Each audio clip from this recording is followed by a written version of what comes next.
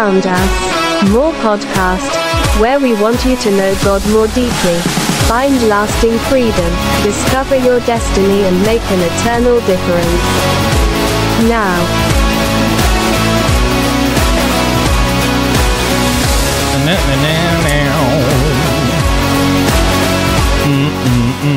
Hey, hello. Welcome to this week's podcast. Full disclosure. Yep. We recorded this already once. Yes.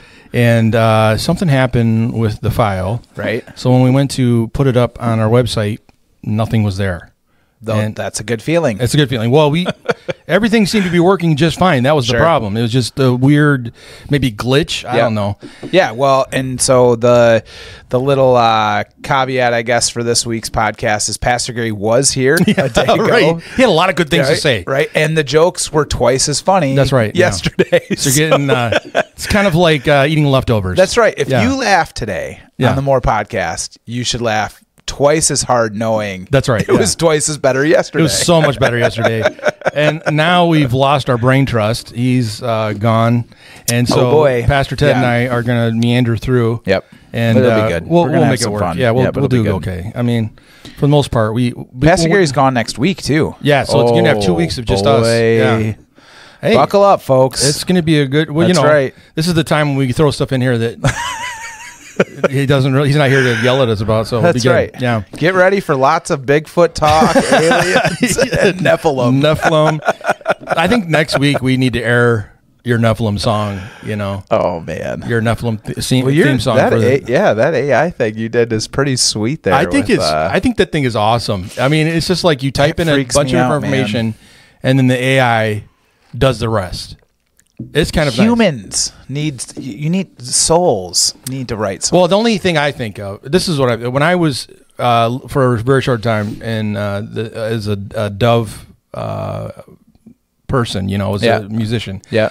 I found out that a lot of the songs that the Christian musicians sang were written by somebody else, and they bought them, and made them their own. So in a sense, it's kind of like humanized. But there's still, AI. if you keep going backwards, Pastor Alex, there's always a human involved. There's a human involved. But for me, it's like you get so tied up in these artists and you're like, oh man, they just got some really good stuff. Right. And then you find out, wait a minute, they didn't write any of this album, Did you ever hear the one that was, what was that big 90s song, Aerosmith, I don't want to close my eyes. Do you know who wrote it? It was a woman, wasn't it? It's like a grandma. Yeah. It's a lady on a piano. Yeah. And it is. I mean, it very much so has that ballady kind of love song. Most of their big songs that like in late 80s, early 90s were written by her. Yep. And the ones that are really big, like Love in the Elevator. Yeah. Not them. No. She did it? She wrote the chorus. Oh, I didn't know she was like the pinch hitter for them. She does. Like whenever they needed a hit. Really? They would go to her. Huh. And she would come up, and I just can't even imagine her sitting there with the piano. Yeah, she's like 20 years older than them, too. Oh, yeah. But that was back then. Yeah, sure. And her writing some of these songs, I'm like, wow. Just think of the process as she's sitting there writing these songs. I've got a good song for you guys. Love in the Elevator. I think it's going to be good. Let me plunk it out for him, the piano. It's going to be really good. Here's where I think the guitar solo will go. Yeah, this is right. This is where you, singer, can go, wow. Yeah, she's like, this would be perfect. You're right. It would be like your grandmother would be like, hey, I've got a great song I want you to do. I have heard artists say after they wrote a really big song, they're fearful to miss. So they'll start hiring writing teams. Yeah. Like the intention at the beginning of their careers, it's my art, it's my thing, I'm going to do it. But then after, I think Dave Matthews said that after he wrote the song Crash, which is a big song. Yeah. I think he said, I'll never play it live. And I needed that song on every album now, so I have to have a writing team to do it. Yeah. But I do think it loses something, right? The maybe too many. Well, that's what I'm wondering. Okay, Taylor Swift, right? She has written so many #1 hits. I mean, for like a couple years ago, she had like the top 10 spots with just her music. Yeah. Nobody's ever really done that before, except for Elvis. Maybe came close. And it was, you're like listening to it thinking, you're like, oh, it's just her. No, I think, I do think she's part of it, right? Isn't that her shtick? Is like, she's a part of it, but I mean, she doesn't not fully. She gets to decide what she wants to pay for it, right? Yep. Yeah, right. If you got that kind of money, sure, you can buy any kind of song. Yeah, no, just don't have AI do it. Is my thing. I'm just saying it's a cheap way of getting through it. You know, it's kind of like the blue light special at Kmart. It's like I can't afford a writing team, but I'm going to do that. Yeah, right. And I'll walk Chat with GTP. Yeah, that's right. No, that doesn't do it yet. You gotta find these AI programs that are specifically for music. Really? Yeah, because the Chat GPT will not do that. Huh. Yeah, it doesn't. Okay.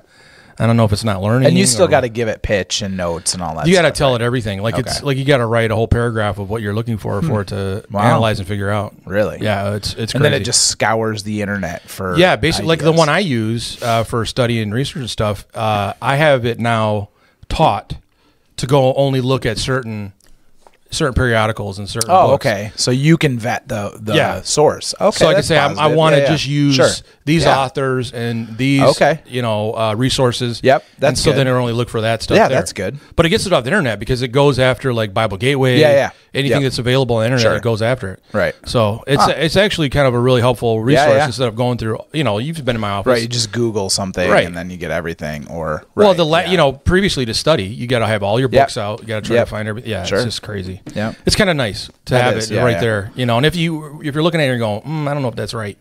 I can go to my resource. It's in black and white and figure it out. So, I don't know. I kind of like it for that. Sure. And then I'm going to get an Optimus robot too. So then I don't have need to do that. I can just ask it a question.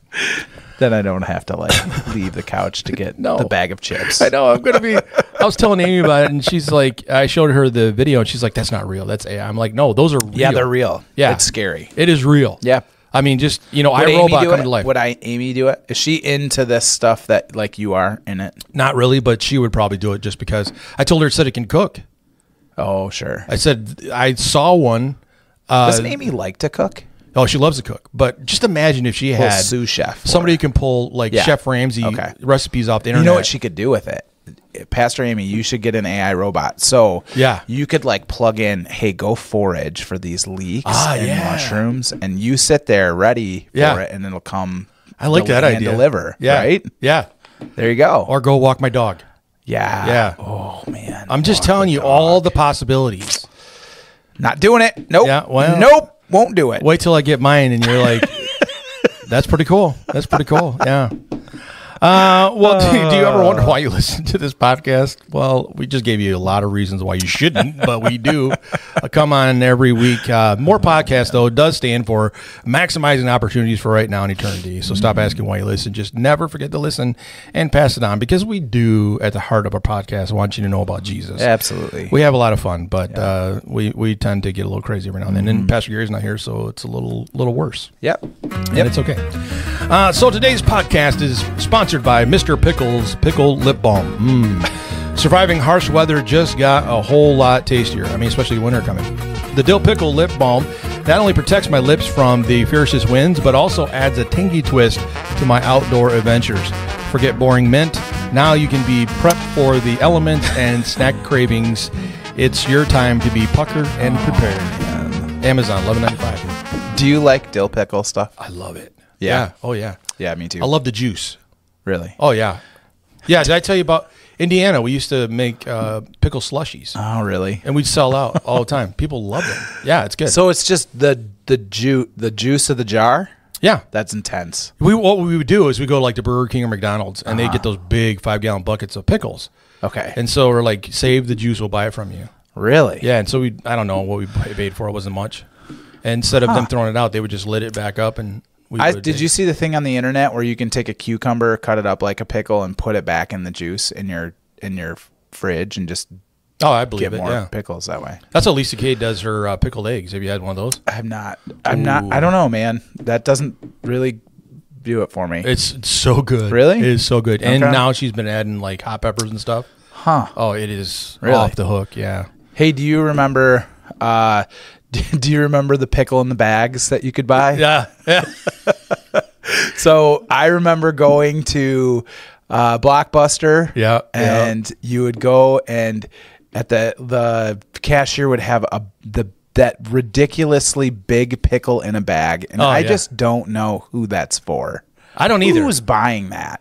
Somebody who lives alone. That's super weird. Is going to watch a romantic movie and wants to have sour crying in their Coca-Cola as we're watching the movie. Right. The second you open that bag, that juice is getting everywhere. Yeah. Like that just seems like the most unpractical, kind of gross. You can't get it off. Yeah. Either. Okay. So here's the other story that we shared that was more funny the first time. But so when I was when my daughter was newly born, I was gonna do I'm gonna get her feet tattooed on me. Yeah. Right? Oh, So, yeah. So I went to a tattoo shop, and it's like a guy there who's the artist or whatever, and his friends are hanging out. Yeah. And they're literally passing back and forth a jar of dill pickles, eating them over your kind of wounds. like like looking at like checking out his work and stuff. I'm like, people, can we just back up with this? This is so gross. Everyone's dipping their hands in the same jar. There's no forks or utensils being used. This is nasty. And if you got that on your cut, my skin is being punctured over and over and over. Get your dill pickle water away from me. It actually works as an antiseptic, though. I guess it is a preservative, right? Yeah, so when you stick your hands in there, it's kind of like sanitizer. Yeah, right. You're good. Oh, jeez. There's no fingernail gunk. No. Ugh. No. There's no way Stop it. that I'd want somebody to do a tattoo if they're eating pickles. Right. I don't want that in my wound. Yeah, I don't want it in my wound. Yeah. What are we doing? And you're smelling it the whole time. Oh, man. Yeah, you don't want to be, I don't know. Right. Nope, don't do that. That stuff never comes off your fingers. I eat a pickle at home. I can literally wash my hands like 5 times and still smell it at night and go, I get it. It is weird. Yeah, but they're so good. They're so good. Yep. Mr. Well, Pickles. Amazon, Mr. Pickles, Well, you've heard the voices, minus one. Oh, Pastor Gary's not here. But his crowning achievements, negotiating a swap involving a lawnmower, a set of encyclopedias from 1974, and a homemade birdhouse, resulting in the prized possession of his collection, a slightly dented trombone, which he plans to learn someday. Pastor Ted. Hey-o. Welcome. Thanks. Hey, and I got across from me, the guy with all the talent, as Pastor Gary would say, knows all the buttons and knobs. Yeah. His wardrobe is 90% gently used clothing items that didn't find their original owners. I'm sure those neon ski pants are 3 sizes too big, but for $2, who could resist? Come on. Pastor Alex. Thank you. Yeah. I mean, how can you pass those deals up?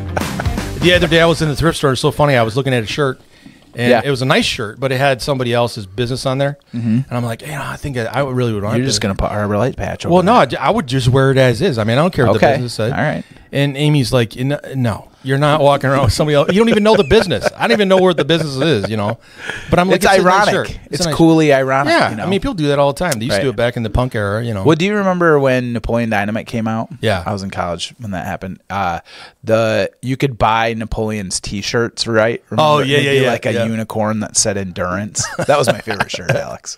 I love it. It was like baby blue, and it had like this like horse running, and then it said endurance under it. And I probably paid $30 for that thing, right? Yeah. But now you can find it at the thrift store for probably find an $2. Original from the 80s. Exactly. Yeah. I remember getting those shirts a lot because I thought they were cool with the white bands that were sewn on the sleeves. Sure. Yeah. I don't know. Well, I look at some of the outfits I wore. One time, my mom dressed me up back now with a polyester green suit. Really? With a very weird-looking plaid tie. Sure. And Sounds awesome. then the collar that was too big that would always pop out. Yeah. That's great, man. Yeah. Now, that's like a leisure suit. It is. Now and people are looking for them. Yeah, you go to an ugly Christmas party, something or other. You wear that. Yeah, absolutely. Oh, my gosh. A bowling league. Yeah, outfit. I like those bowling shirts though. I wear them a lot. I mean, my Harbor Light uniform, as I call it, is a bowling shirt. I just put the insignia on it now, so I can wear it without feeling bad. There you go. Don't make fun of my shirt. That's right. Well, it's good for fat people because it hides a lot. It's like Omar's tent. It just covers everything. It looks good. People can never tell, right? At least I don't think they can. I don't know. I walk out of the house and I feel skinny. Right. We just got to tell ourselves whatever we need to hear there, buddy. Well, it's like the back in the day, women used to wear muumuu dresses, those pullovers, that grandma used to wear. We're not kidding ourselves with it. No. And, it's like the women would think, this makes me look at least a little bit better. Yeah. I'm the same way with these shirts. Sure. I feel like I've lost weight. You need to feel better. It's just feeling confident is a good thing. That's right. Yeah. Yep. I just cannot stand wearing a shirt where the bulge is present. Sure. It looks like there's something wrong. I mean, I think you know this too, but I'm in my black T-shirt era. Yeah. Well, that covers up a lot too. It does. You wear a black T-shirt, and it's kind of looking into the black hole. That's right. You can't really tell what's happening. Come on, man. I was feeling good about it. No, you should feel good Throw about it. Throw a little jacket on it or something. They don't know. I feel like a black hole. No, Jeez, no. Man. It's like hides it all. It hides it all. That's what I'm trying to say. Hey, there's no fat shaming on this show. I'm just saying. None. We are body confident. That's right, folks. All right. Next up, we're going to look at some things that I think are really important for us to pick up on. I don't know if you've ever had leftovers from the microwave, but that's exactly what some of these people are doing with movies. They're bringing them back and basically making them seem as though good the first time. Yeah, they're going to be better because of CGI and everything. Yeah. It doesn't work. It doesn't work. Just kind of like heating up stuff that's old. Sure. And you're like, oh, this is just as good as the day I bought it. Now it's not. And so people that have heard about these executives thinking about toying around with these movies have revealed on the internet that these films possibly could be in the works. And so we're going to talk about some of the ones that probably should not, according to them. So we'll be right back after this brief ID break. And I don't know, this list, I looked at it, I'm thinking, you got to be an idiot to think that you can make this better. Yep. Yeah. Yep, this will be fun. I'll be right back.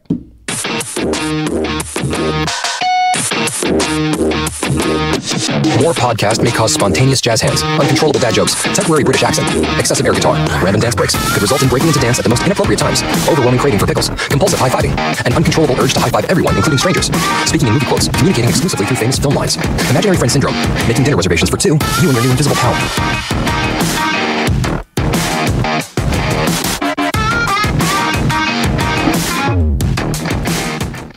All right, so a list of movies that should never be touched according to the internet.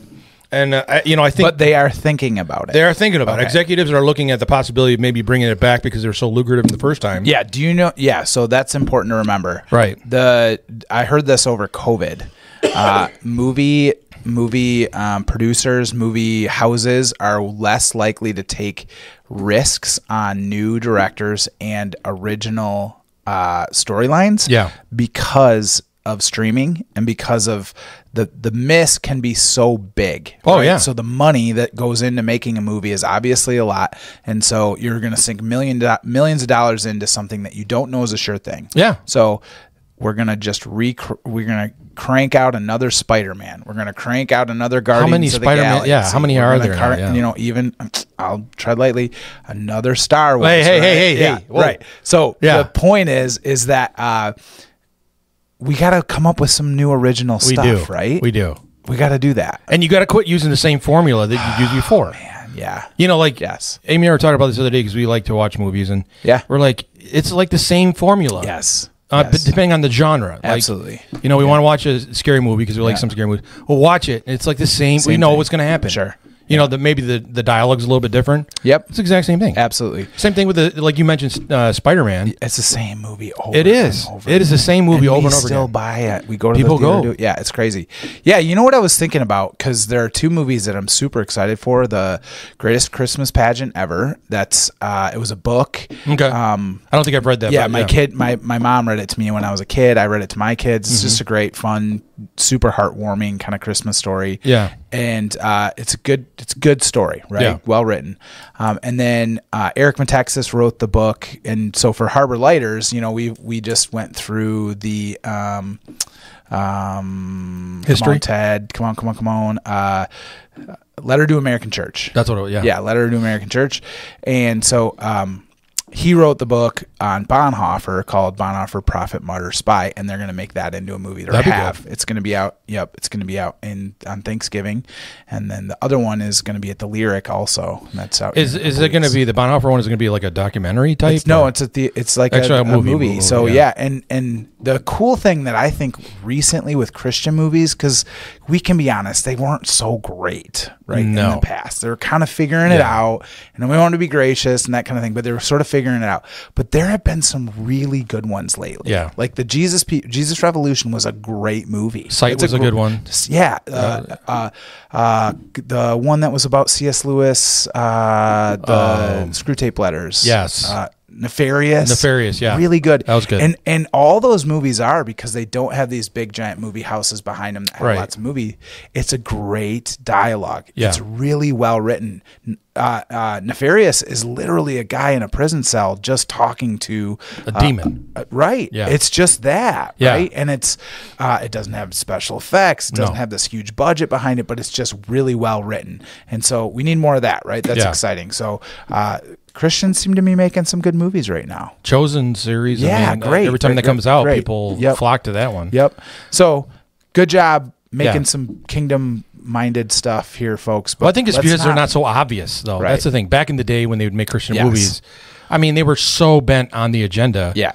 That the story got lost, you know. It's basically a Hallmark movie for Christians, right? So it's let's get to the end about story. Jesus. Yeah, right. Okay, get saved. Yeah, right. Which the For King and Country one, that about the family and the mom and unsung hero, that was a really good movie. Yeah, really good. Well written, inspiring. It certainly has their faith in it. Yeah. And it's a kind of coming of age, you know, us against the world sort of story. And it's a great one. Yeah. Inspirational, right? Really good. I can only imagine that was a good one. Yeah, it was a great one. I mean, I actually teared up in that one. Absolutely. Yeah, great that movie. was good. So we're hitting some home runs here. So good job, Christians. So as long as they... but the world wants to remake a bunch of movies, right? They want to remake some of the ones that should not be right. touched. They're like these ones that were good, and now we're going to try to remake stay out them. of it. Yep. Quit touching them. Yep. One of the things that they have on the docket that they're looking at possibly doing is Back to the Future from 1985. Yeah, that's rough. Are you serious? Let's not do it. I mean, just think about it. Michael J. Fox is not going to be able to do anything. Like, don't change that. I mean, what the guy's got? What's his problem? He's got Parkinson's. Parkinson's. Yeah. I mean, there's no way he's not be able to do it. Yeah. So, but Marty McFly is him. There's no interchanging. There's no way of changing it now because he made the character. Hard. Yep. Well, and you Don't know, do it. I remember when they came up with the third movie of that series. Yeah. And they were talking about Michael J. Fox he wasn't going to do it. They were going to come up with, and people were like, no, I wouldn't even watch it. You know, and so they brought him back.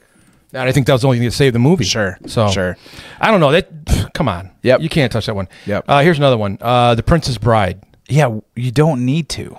That movie is a home run. Yeah, it's all by itself perfect. Leave it alone. Today, it still stands up, right? It's that language of still standing up. It is. Who's going to be Enrico Montoya? The guy basically now is like 90 years old. Yeah, and he did a perfect job. Yeah.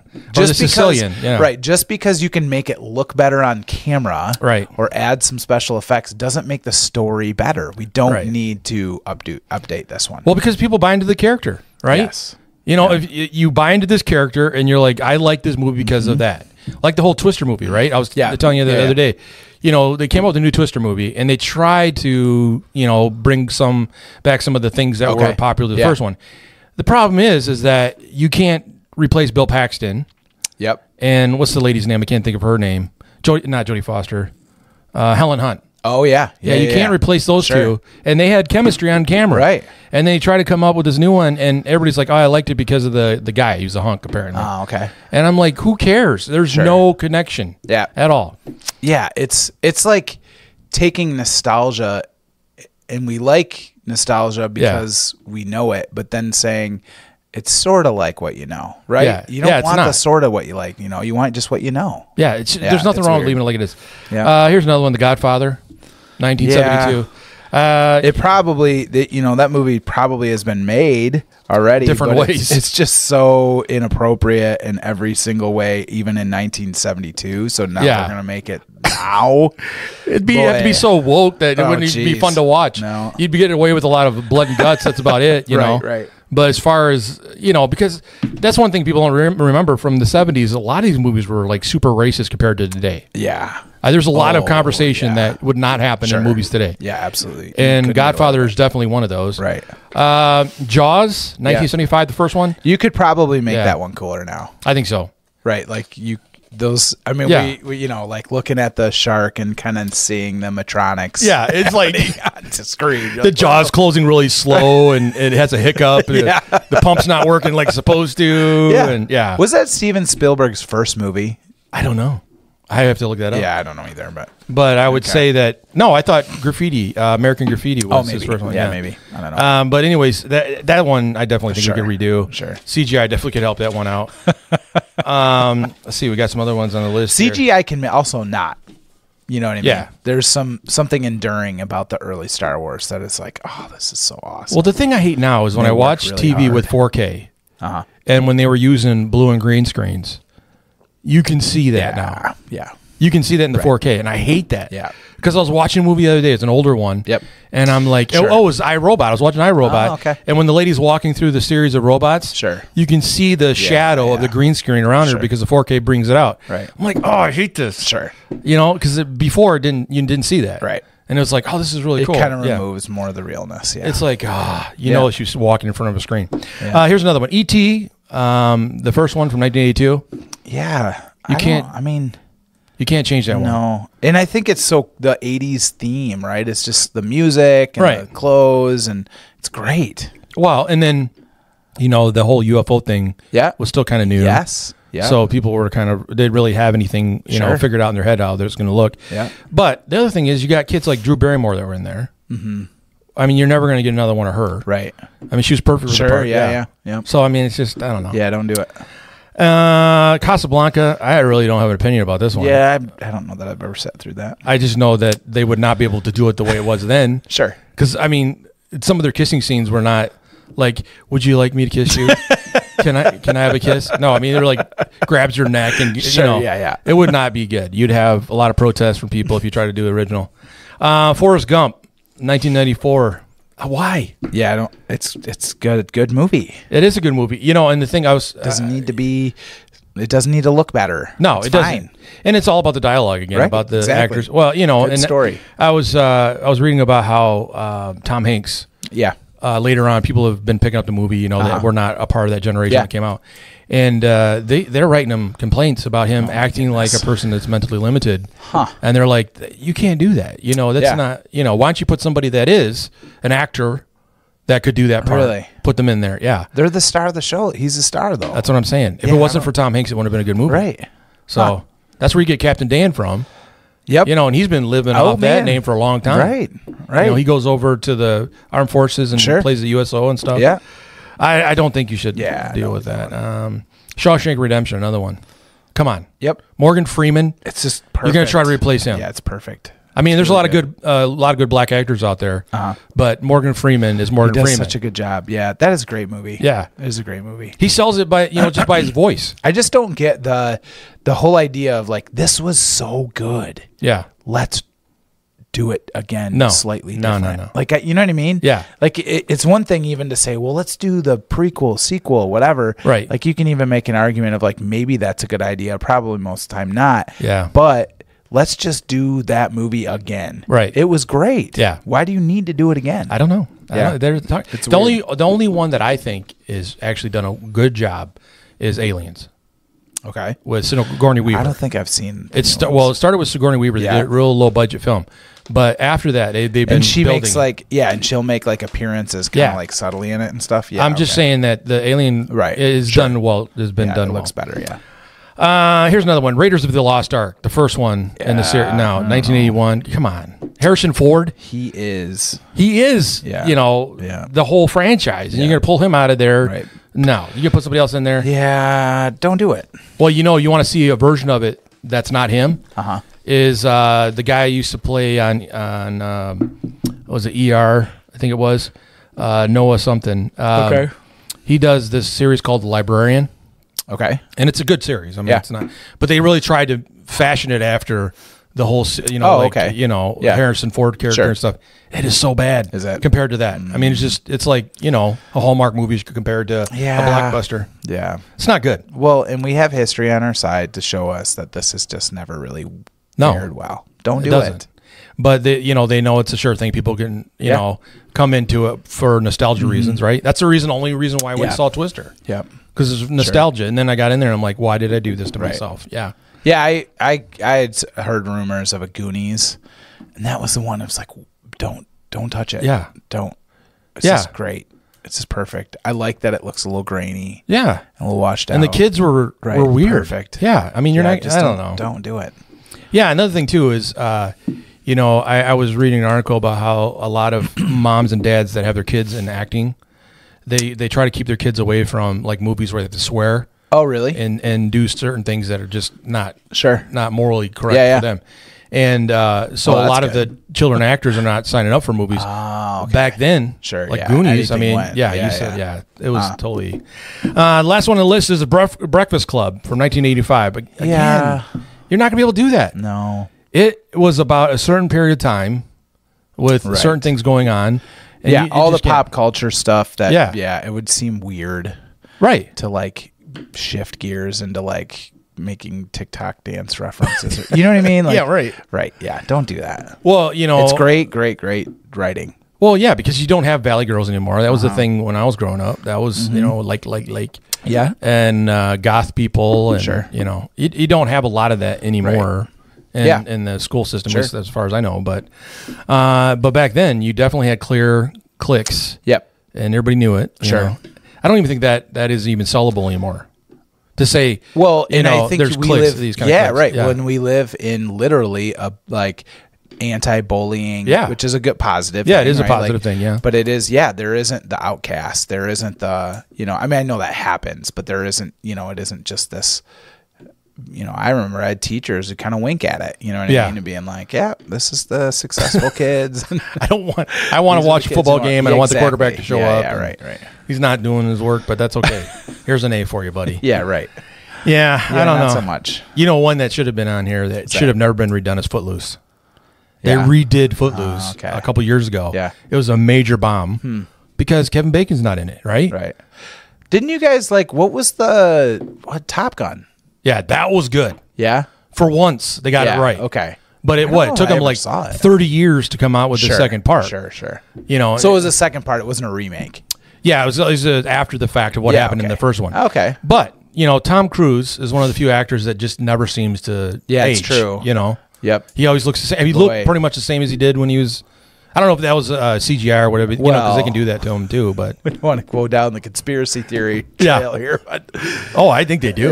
Scientology, man. Oh yeah, well yeah, maybe dabbling. Well, him and who's the one that was in? I can't think of his name. He was in now. Pulp This Fiction. podcast really isn't going to make the internet because we just talked bad about Tom Cruise. Scientology's going to come after. That's right. Scientology's got a drone over. Guys with black suits are going to show up at our house. We want to talk to you about. Give me that SDI card. Yeah, right. We were just joking. Joking. We are just joking. Maybe. Some of these I'm pretty passionate about. I don't know. Some of these I'm just like, you touch this. Yeah, no, a general rule of thumb, if you're just telling the story again with better cameras, you just don't need to do it. No, because everything's associated with the actor. That's what made him so famous. I just don't think you need to do it. All right, well, we're going to come back with Babylon Bee News after this ID break, and we've got a good one, man, talking about possibly our future president, Trump. Yeah, he's in the news again. We'll be right back. Keep listening to the More Podcast. Gary brings the wisdom, Alex the stories, and Ted, well, Ted brings the snacks. You don't want to miss a single minute.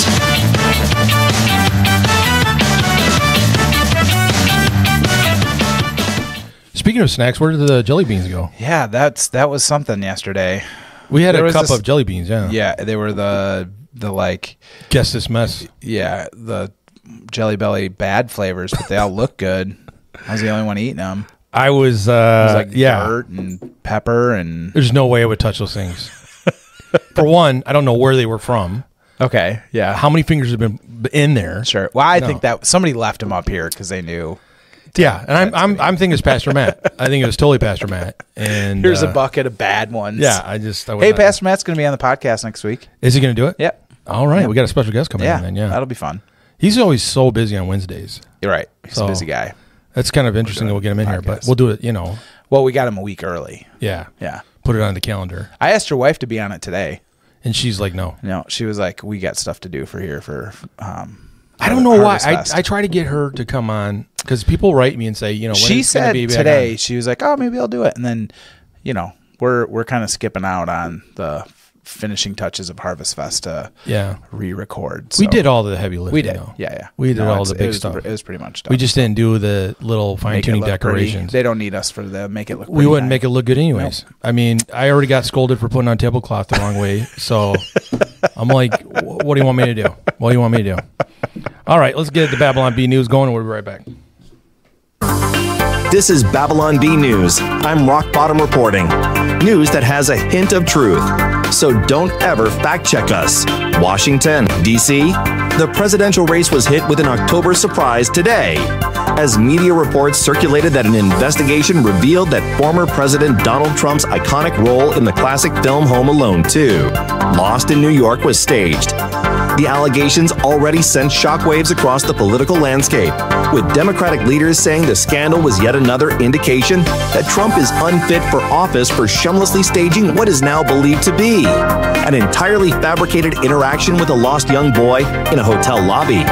You think he really provided Kevin directions to the hotel lobby? Think again, said Harris Walt's campaign spokesperson Blaine Daniels. It was totally fake. Come on. I have it on good authority that the entire thing was staged. What? In fact, the people in the hotel that day were paid actors. Can you believe it? And get this, from what I've heard, even the things spoken by Trump and the kid were written beforehand and given to them to say. What? What a disgusting and deceptive charade. Reports from various media outlets confirm that all indications were that the scene was faked. It gets even worse the deeper you dig into it, said one investigative journalist. We've been told that the young boy who asked Trump for directions isn't even really named Kevin McAllister in the first place. It's rumored that they repeated the scene several times in front of the camera to get it right. It's such a blatant attempt to fool the American people. At publishing time, members of the media had also warned the public that an image circulating online of Trump leading the Continental Army across the Delaware River at night Come on. in 1776 might, in fact, be AI generated. This is Rock Bottom for Babylon Bee News. Rock News bottom. that you want to trust, but bottom. shouldn't. See new or see Only been on around More yet? Podcast. I don't even know if I can go vote now after I hearing know, that. right? I mean, Jeez.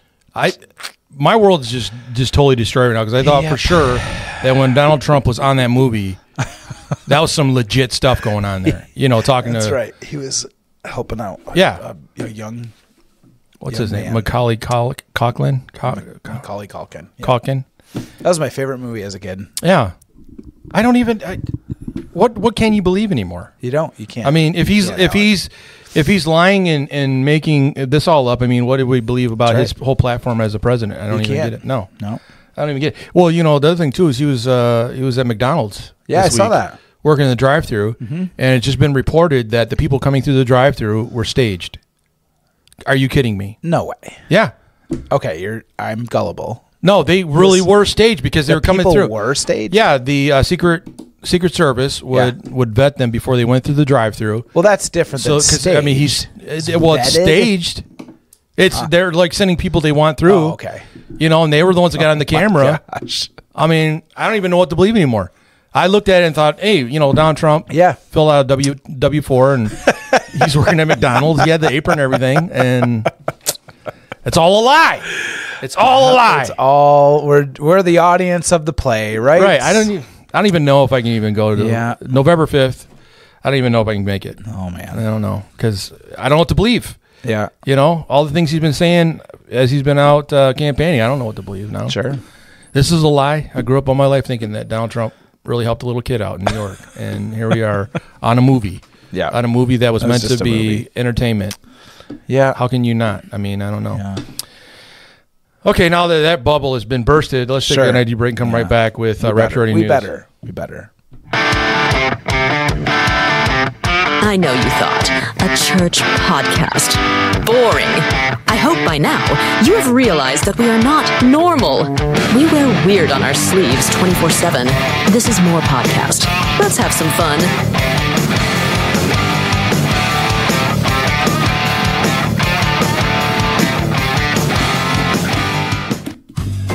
Get Rapture ready with your favorite host today, Pastor Gary and Pastor Alex Norton, as they come to you with information that you need to make it through the times coming ahead and more. And Ted. Don't forget Pastor Ted. Don't forget. He's here too.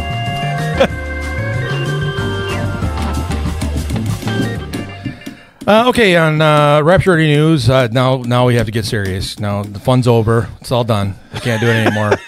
Because now we're talking about something serious. I don't know if you know anything With about the title, "The Rapture Ready News." I don't know. Well, some people might think over. Some people are like, "Oh, okay, now it's all over. Fun's done. I'm turning it off. Time to do something else." We're the first. This is Pastor Matt. We love you. We're the first half of a youth pastor's sermon. That's right. Yeah. This is it. The second part. All the fun stories. Now the senior pastor walks in. Okay, now we're gonna bow our heads. No, now we got to get serious, everybody.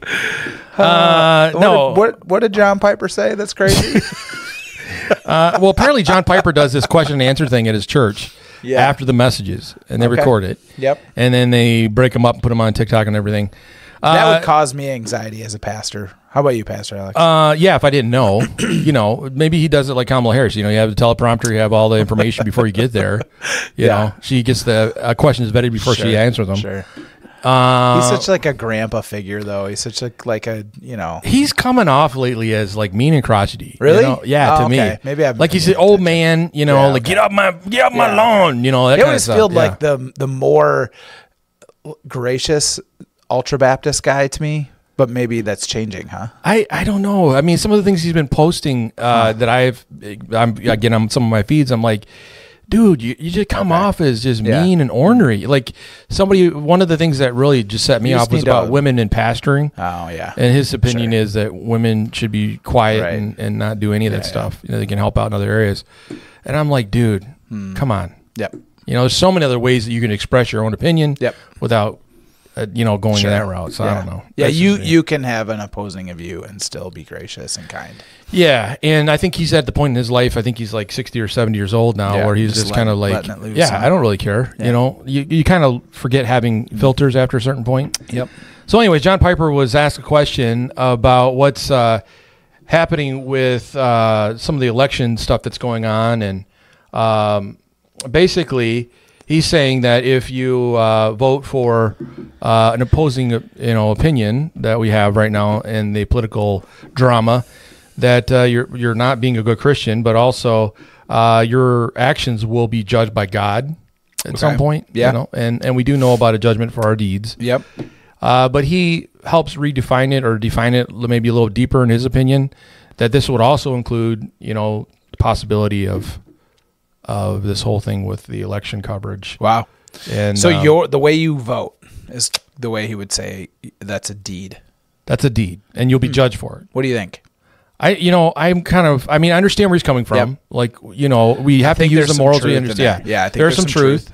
But I think the issue that I have is that some people, unfortunately, that are going to vote for the other side, do it in clear conscience, and they don't necessarily see what we see. Yeah. They're trying to weigh the options, right? Yep. It's kind of like people that shopped at Target, right?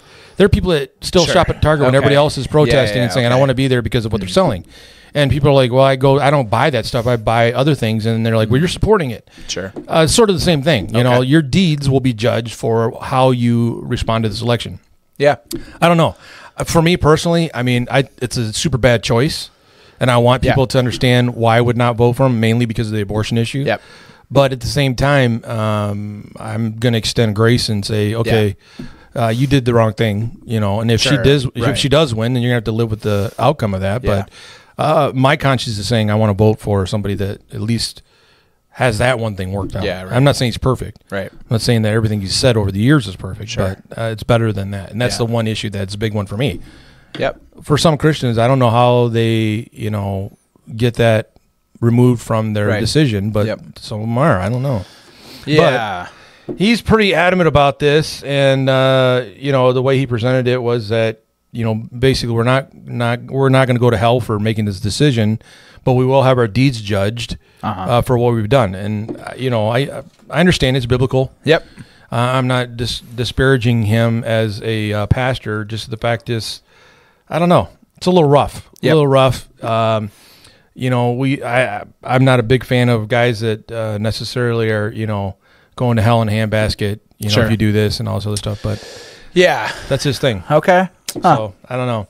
But it does make you think, though. And I think that's the biggest thing is that out of all of that, if you can get beyond how he presented it and how he just kind of blatantly puts this out there, is that, our deeds will be We'll be judged, and I think as a Christian, you definitely need to pray about your decision. And it's not something where you look at the person and say, "Oh, I like them because they're a little bit different, or they maybe have the same skin color, or whatever it is." But you look at the things they're fighting for. Yep. And those are big issues. Yeah. The abortion thing should be number one for most Christians. Yes. Because, as we've talked about this before, that's just out and out murder. Yeah, yeah. And so, we're creating basically a society of that. And when we put government in place that has the power to change laws, that's a big deal. Yep. And I think we should really be considering that when we go to the polling station.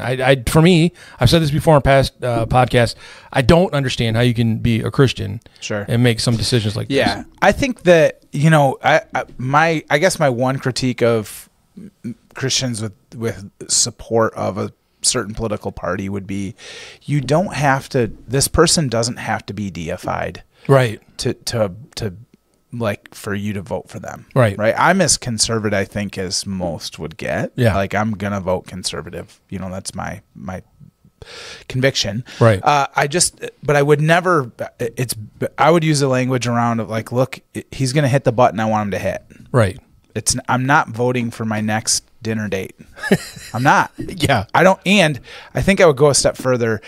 I don't know him. Right. I don't know who he's prayed with. I don't know whether or not he's accepted Jesus as Lord and Savior. Right. I don't know that. Right. I've heard stories. I've heard people say some things. I've seen some action towards Israel that seems to be really positive. Yeah. But I do not know him. Right. And that's where I get a little, hey guys, it's okay. You don't have to. You know what I mean? Where's he going to push the chess piece? And is it the place you want him to push it? Right. You're not voting for your vote is not a love letter. I heard that recently. Your vote is not a love letter. It's a putting of a chess piece where you want it to be put. And that's a good way of putting it. Yep. I think that's perfect. You do not have to justify character or lack thereof. Right. I mean, you're voting for policy. A political person, not your next pastor. That's right. What is the policy that they stand behind? And I think, and that I do think with Piper, there is some sense of his understanding of that, of like adults have to make hard decisions sometimes. And this isn't, we don't have great options, but whatever your decision is, I mean, his point is in scripture, it says you will answer for your actions. So I guess if, right now you have a clear conscience, hopefully the Holy Spirit will deal with you and you realize, what you voted in. But I mean, it's been part of our history. I mean, we've had presidents and elections over the years, the history of America, where you have, two evils and you try to vote for the lesser of the two. Yeah. And it's been something we have to deal with our entire lives. And we, some people, say, I voted for this guy because I think he's got good character. And then you find out he's been messing around in the Oval Office. And that's what I just think is just, how do you know they have good character? You don't. You're not Jesus. You don't know. You don't know the heart of people. You literally have a box telling you, right, this is who this person is. We've had enough history to know you don't have to believe it. But I think with especially with Trump, at least you can say, I do know what 4 years has done. I do know what 4 years of Kamala has done, and I'm going to choose based on that. And so you can make the argument. I had I'm relatively young in voting, just in the sense of, having only voted in a few elections, just because of my age. But every Republican candidate has said, I will overturn Roe versus Wade. Yeah. Every single one.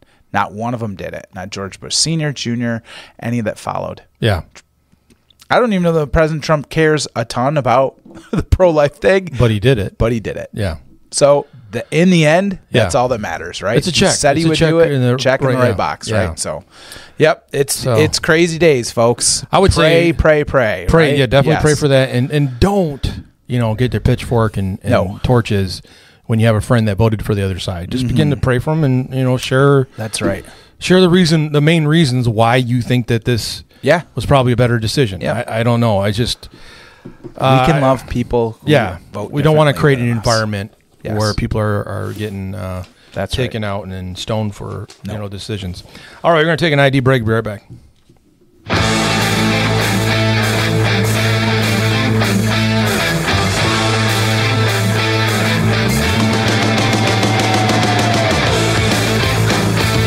This is the time in the show, you can refill your coffee.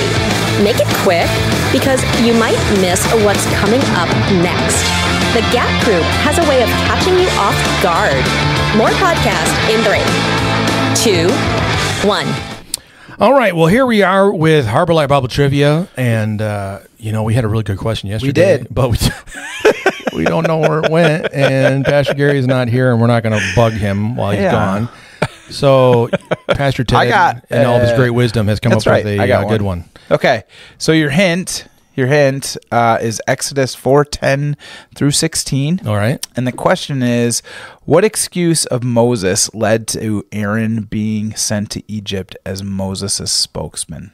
That's good. What excuse did Moses give that led Aaron to being sent to Egypt as Moses' spokesman? What's the hint again? Exodus 4:10 through 16. 10 through 16. Okay, so look that up. Yeah. Let us know the answer. And you can send it to harborlightbibletrivia@gmail.com. Right. We got those matching socks for you, Leslie Budnick. Yeah, she got them. Yeah. Oh, she got socks? She got socks and a pair of pajamas, but apparently when she put them on, they went up to her neck. Right. So Brian got those. So Brian got big pajamas. Yeah. I was thinking we could complete the ensemble there with socks, but she already got them. She got them. Yeah, she might wear them on Sunday. I don't know. Yeah, it'd be fun. And I'm not telling anybody when I wear the bacon underwear. I'm not going to be like advertising that at all. Didn't we do like a pajama Christmas one time? It was. I think it was like a Christmas morning service or something. Yeah, I think we did. And Miss Chelsea was like, "Hey, all the kids are going to wear pajamas. Let's encourage families to." It's like cozy Christmas. That's what it was. I am not stepping out of my house in my pajamas. There's just no way. Not a chance. No. If my house is burning to the ground, I will have jeans on. Yeah, I'm like, where's my jeans? There's no way. The funny thing is, my wife has actually got this out of me, but when we first got married, I don't know why, but I always tucked my white T-shirt in my pajama bottoms. Okay. And it was just like and she's like, why do we do this? I'm like, I don't know. It's just the way I was raised. You just tuck it in. Comfortable. I'm like, so I started making a joke about being rapture ready. I don't want to be. Yeah, right. I don't want to be, not ready when Jesus shows up. I'm going to look good. That's right. So now, after all these years, she's got that out of my system, and I untuck now. But the funny thing was, some friends of ours found out about it, and they're like, I don't even know if I can be friends with you anymore that you did that. I'm like, there's a lot of stuff about me that you don't know. I'm just accessing the ability to be a tube sock here. That's right. Yeah. Oh my gosh, there's so much. Yeah. Well, now that we have no kids in the house, man, I don't even sometimes even wear bottoms running around. Who cares? Who cares? Jeez. It's just like, hey, it's just us. The dogs don't care. They're not going to rat on us. Although, that was a question that crossed my mind the other day. Mm-hmm. Okay. When you have people that watch you and they see your activity, your character and all that stuff, and, and you're like wondering if God's going to use them as in the court, the grand scheme of the court in heaven. Yeah. If they're going to stand up and go, well, I saw him do that, Yeah. And I'm wondering if like dogs and cats are like God's secret spies in your home, and they're like really downloading, recording everything. We got the omniscient Father who knows all, sees. I think he's using the dogs as witnesses, and so when we get up there, they'll be like, okay. All of a sudden they can start talking, and then they're like, you know what? I saw him eat that piece of cake and lied to his wife about it. I'm sorry, but that man was in his boxer shorts shoveling birthday cake into his face at 3 o'clock in the morning. I saw him do it, and it was a sight to see, burned into my memory forever. God's gonna be like, okay, Rover, do you affirm this testimony? Yes, I do. Oh, when the boss is away, sometimes we go off the rails. That's right. Folks. That's fine. Yeah. All right. Well, anyways, you can send your answer to harborlightbibletrivia@gmail.com, harborlightbibletrivia@gmail.com, all lowercase. And like I said, we don't mind where it comes from, even if it's a different language. We can translate because of Google. So that'd be awesome. Yeah. So then send that in. Then I'm okay with AI. That's okay. That's okay. Yeah. So if my robot comes in to work with me sometime, no, it's not that. It's just I want to hear from Christians around the world about the Bible trivia question. Okay. Yeah. Drive my car or. I'm just telling you, man. Yeah. When you get to a certain age, those kind of things are exciting, right? Because when I have to put my pants on in the morning, it is a fight. I don't know what happened from 40 to 50. Oh my gosh, Alex. My pants are like putting on an IKEA pair of pants. It's like I can't figure out what leg to put in, how to get them on, and then to get them off is even harder. Oh my gosh. Yeah. Okay. It's like, are these attached to something? I mean, they're just not coming off my foot, So you want a robot to help you with that? Yeah, that'd be great. I'd be like, Buster, come in here. I can't reach down and take my pant leg out of my, my foot on my pant leg. Yeah. Okay. That's what it's there for. So I'm just saying, I'll give into it because I won't have that long to live with it. Right? Because if it comes out now, I have maybe 20 or 30 more years left, hopefully. And then I won't see the full outcome of that. AI does not need 30 years for us for them to take it all over, man. Yeah, well, I don't want to be here when Skynet shows up. So I would just be like, I'm gone. I'm in heaven now. Well, I hope so. It's not going to be that. According to the movies, we got some time. According to the movies, we got some time. So I don't know. We'll be right back after the side break, and we'll get right into Bible talk and actually get serious for a second. That's right.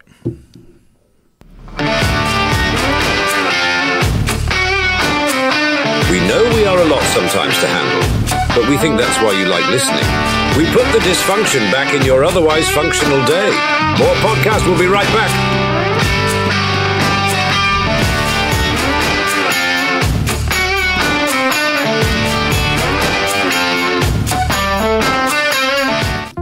All right, we've been talking about the bait of Satan from John Bevere's book, and it's really all about how we have things in our lives that are hindering us, offenses that are trapping us in these frames of mind where we just, we can't let it go. And basically it stalls us in our faith journey because we just cannot let go of some things. I don't know, maybe you've had some hurt in your life or things have happened to you, and those things are the only thing you focus on to the point where you just, you're not really growing anymore in your faith. And so John Bevere's book basically helps us to break that bondage and that chain around us so that we begin to live a life in freedom through forgiveness and begin to start experiencing growth.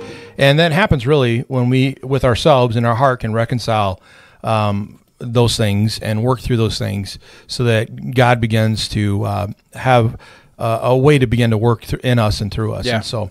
And so this week we talked about really this issue of being treated unfairly, and a lot of times happening with people that are really close to us in life, have authority, people that seem to, be able to govern our life in some way. And so we wanted to kind of get into that topic a little bit. It covers a few chapters. I'm trying to remember. I think we're chapter 7 on, maybe. Do you remember? I think that is right, yes. Yeah. But one of the things that I don't know about you, but my small group, when they talked about this subject, it was really eye-opening, right? Because the issue of being treated unfairly and then our reaction to it, because I think we have this inherent idea of what justice is and what we want to have happen. And namely speaking about David's relationship with Saul. I think when we read that sometimes we're like rooting for him to do something. Right. And then David always pulls it back and decides not to. Sure. Because I think in our world, the way we live our lives now, it doesn't seem right when people get away with stuff. Right. And we're just kind of like standing there like, where's the justice? Yeah. Yeah. Yeah. One of the things that was kicking around in my head was just in a practical sense of like, I think the reason David doesn't seek justice is obviously because he knows the Lord, hears from the Lord, and trusts him. Yeah. And so he trusts what the Lord says to him. The Lord says, that's my anointed. I will take care of that. You do not need to. And so David trusts the Lord. But I do wonder if there's another sense of, I was asking the question to myself of, has there been a time where I have felt like I needed justice for something? Mm-hmm. Yeah. And I saw it happen. Did it ever fulfill? And I know that's something we've kind of talked about, throughout the weeks was, seeking justice, you'll never be satisfied. Right. Like if you're seeking justice, you'll never be satisfied. I truly believe that because I don't think that I've ever experienced that. Right. Like, have you, listener, have you, Pastor Alex, ever had an opportunity where you had justice? Someone comes to you and apologizes. Someone comes to you and says, I was wrong. Yeah. Whatever. I was thinking about that with Pastor Gary of just, we talked about COVID a couple weeks ago of just, folks were after him because they opened the church, or whatever. So, when people come back later, there is this sense of like, if you go seeking it, it's always going to be flat. And, it's just not kind of the point, right? Like the justice thing is not going to be something where, you ever feel satisfied in that. Yeah, the payout doesn't really pay off. You know? Exactly. You're looking for the opportunity to make it happen. Yeah. I think, the other part, like you just mentioned too, is usually for me, whenever I had that sense of wanting to see justice and wanted to see retribution at some point, the conviction of the Holy Spirit seems to step in all the time. It's like, come on, this person's been treating me unfairly for so long. Why can I not just cross this line and take the opportunity and do it, because it only seems fair. Right. And then, you feel super bad about it, and I've talked to a couple weeks ago about some people I worked with previously getting into ministry, and it used to just drive me nuts that certain people would get off the hook all the time. Sure. And it's like, it's pretty obvious. But, one of the things that's interesting is when you talk about respecting those in authority, even though they treat us unfairly, in the context of what you said with David and Saul, there's a real divine understanding there. There's a real spiritual connection with that. But, the other part is that Paul talks about in Romans about how we treat leadership. And he says to respect those that God's put in authority over us. Yep. As though they're him. Yeah. And that really is not fair, right? Because you're asking me to respect Biden and Kamala Harris and Walz, even though I don't respect them. Yeah. But in the Christian viewpoint is like, you're asking me to do something that doesn't seem right. Sure. But it is, according to what God says. And so, that's where the dichotomy comes into our thinking. And that's what we talked about in my small group, is that is really hard, right? Yeah. I mean, it's okay to really just be into somebody because they have sort of the same understanding we do. But when somebody is... If they're not in charge, though. Yeah. It's not so hard. But when somebody's in charge and they're making rules and regulations and laws that are not what you would agree with, what do you do? Same thing. This is the other thing too. Talking about Dietrich Bonhoeffer. Yeah. I mean, he got a lot of criticism after he passed for wanting to assassinate Hitler. Yeah. I mean, there was church groups, church thinkers that got together and thought, we understand where he's coming from. Like, he wanted to end the war, and he thought if he got rid of Hitler. Yeah. And so he joined this group of Lutheran pastors and that wanted to assassinate Hitler. And there are a lot of people that said this is not the right approach. Right. But I mean, those are the kind of questions that start coming up when you have these issues. Yeah. Yeah. You have big moral issues of, what wrong makes everything, the greater scheme right. Does taking out a dictator who's killing thousands and thousands of people, change things. And I think that's obviously the extreme, but, I do think, extreme, right. I do think there's this sense of, being able to see the greater, call of the Lord, that evil exists. And then there are just principalities and powers that are oppositional, that may not be evil. Help me out with that. What do you think about that? Like we do have this sense of there is true evil in the world that's just systematic. Yeah, we're killing babies. We're taking out the poor and the oppressed, and that kind of thing. And then there is just this persecutorial, if that's the right word, or just the sense of oppositional rather than evil, maybe. I don't know. Yeah. Well, for me, my wife and I have always been a part of the social justice movements and society, and we would always say we're fighting the system, not the person. Yeah. So the system is the problem. Sure. And they may be a part of it at that point, but usually when you're trying to raise awareness or fighting whatever it is, you're fighting the system. Like with abortion. I mean, even though there are people that are the faces of those laws and those things. Yeah. I try not to, and I can't speak for Amy, but I try not to make them the target of my passion. It's not necessarily them. It's the laws that are putting into place. Sure. It's the delusion they're living with, but it's the structure itself that's wrong. Sure. So when I have talked about like abortion as being one of the topics, I'm talking about the whole infrastructure of abortion. Sure. Not necessarily like attacking that person or attacking their character. Sure. I think that is a little bit, different. And I think David with Saul, I mean, that's what he was talking about. I mean, he may not have really liked Saul. Sure. But he he honored the place of the king. Right. You know, Saul was the king, and so I think he honored that part. Yeah. Because I mean, David obviously never had a problem, you know, killing somebody if he was in a battle. Yeah. But he honored that position, and I think that's, as Christians, that's where we begin to start realizing that's our could be our place in this whole thing. Is that I don't necessarily like what's happening on the other side of the political aisle, but I really don't like the infrastructure, the topics, the ideas that are there. That's what I'm fighting against. I'm fighting the overall thought process. Yeah. And I think that, to me, I think you can be safe in that with God, because you're not really attacking that person or that, you know, not tearing them apart, because like you mentioned earlier, they have the potential maybe to find Jesus at some point. Yeah. And so you definitely don't want to be a part of that negative approach to keep them away from the kingdom just because you're attacking them personally. Right. But, you know, it's interesting how that sometimes gets kind of cloudy. Absolutely. Because when you tie in our emotions and our feelings about something, it depends on what the situation may be. As humans, we really attach ourselves to them being sort of like the icon or the focus of everything. Yeah. And they get all the heat, you know, for what's going on. And I think that's where you have to really get the mind of Christ and step back and go, listen. Yeah. You know, I mean, Jesus didn't do that with Pilate. You know, he didn't do that with the Sanhedrin Council either. Sure. Nowhere in the Bible we find Jesus going off on them and saying to individuals, you know, hey, I hate you, and why are you doing this? And even Pilate, he didn't, you know, in a sense, really kind of call him to the mat on anything.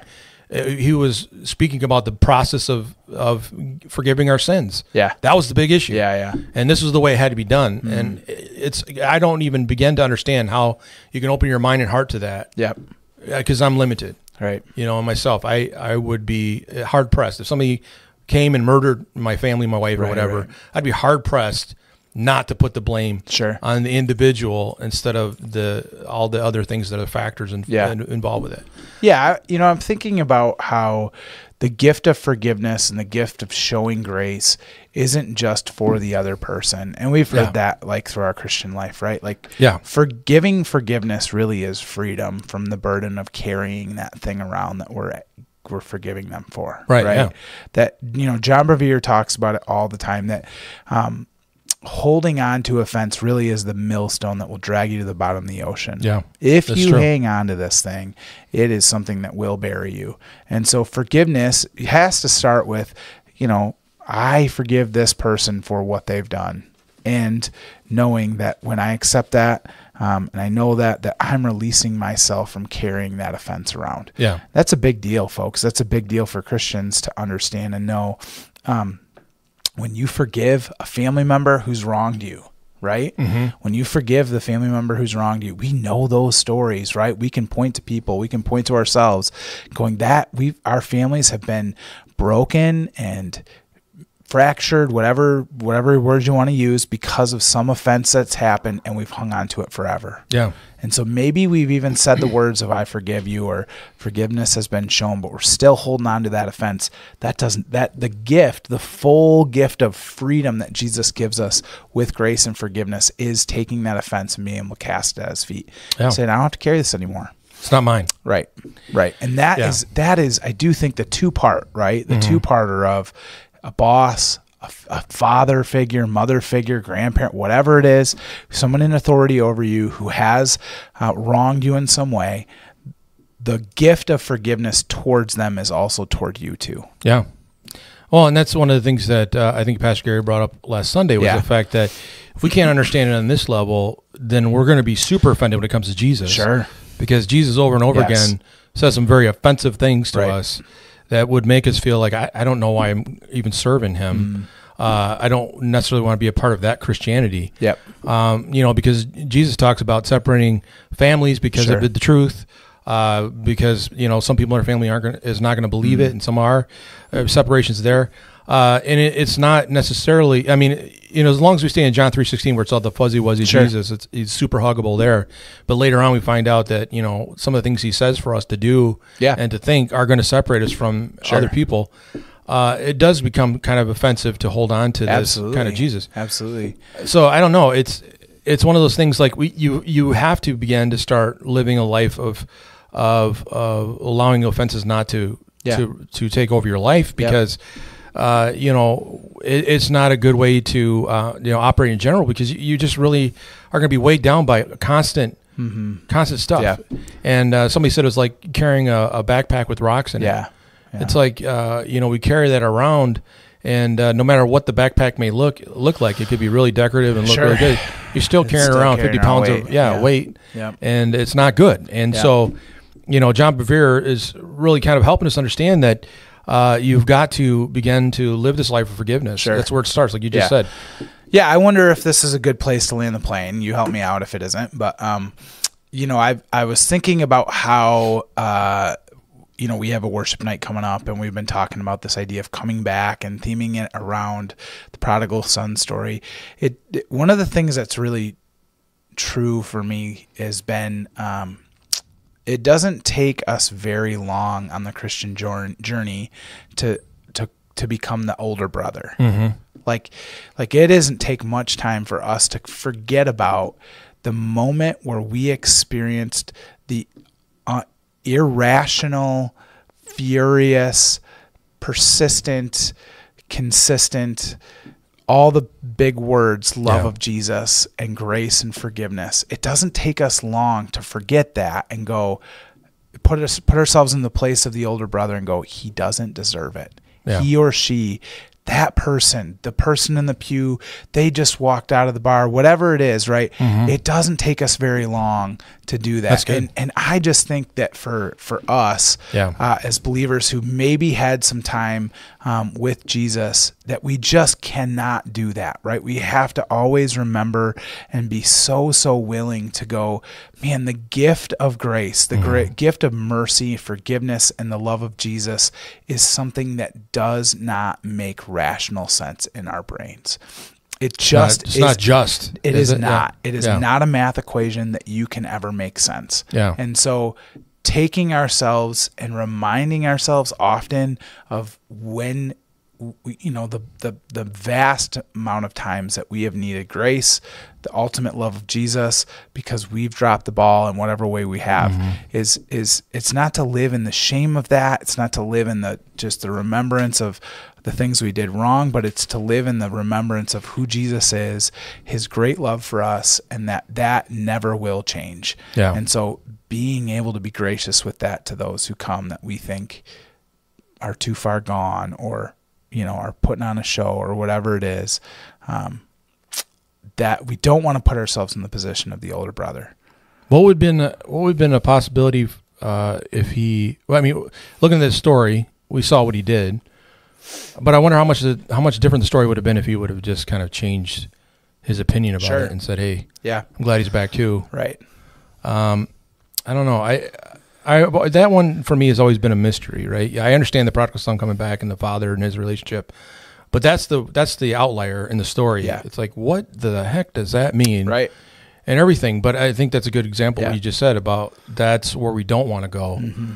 And we got to be careful.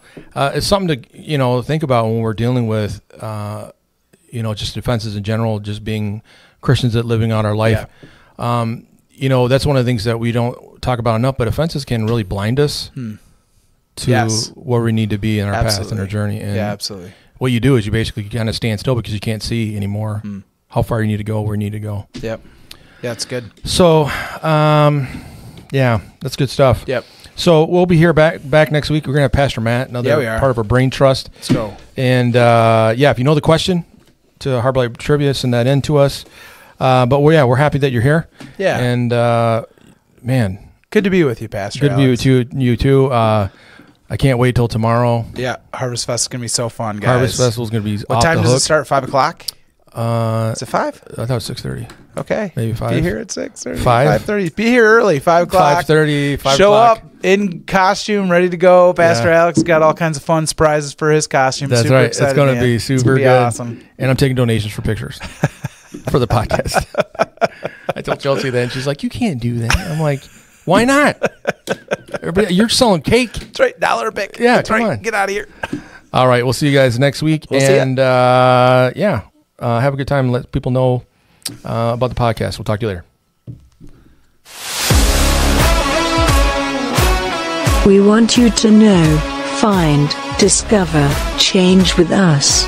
More podcast ending transmission. Now.